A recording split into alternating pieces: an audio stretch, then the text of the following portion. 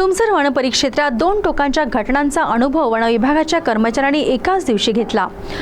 घटना नेमकी काय होती तर तुमसर वन परिक्षेत्रातील येरली गावात एका विहिरीत सुमारे 6 महिन्यांची बिबट्याची 2 पिल्ले पडल्याची माहिती प्राप्त झाली।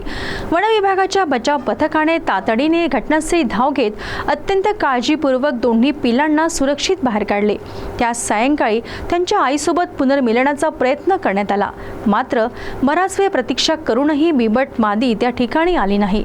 त्यामुळे पिल्लांना सुरक्षित ताब्यात ठेवण्यात आले। त्याचवेळी आणखी एक दुःखद गंभीर घटना घडली।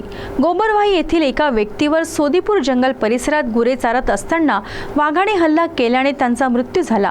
घटनेचे गांभीर्य लक्षात घेऊन वन विभागाचे अधिकारी व कर्मचारी तात्काळ घटनास्थळी पोहोचले।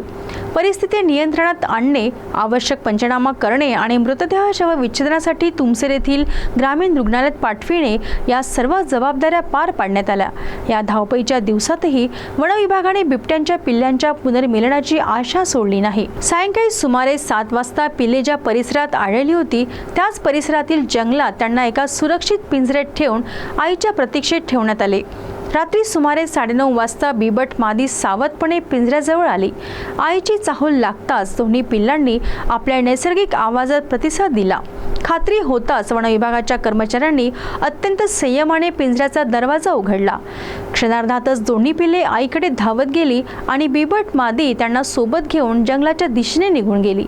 आई आणि पिल्लांचे यशस्वी पुनर्मिलन पाहून उपस्थित प्रत्येकाच्या चेहऱ्यावर समाधान झळकले। 2 दिवसांची ताटातूट संपली होती आणि निसर्गाने पुन्हा एकदा मायेचा अनमोल धडा शिकवला होता।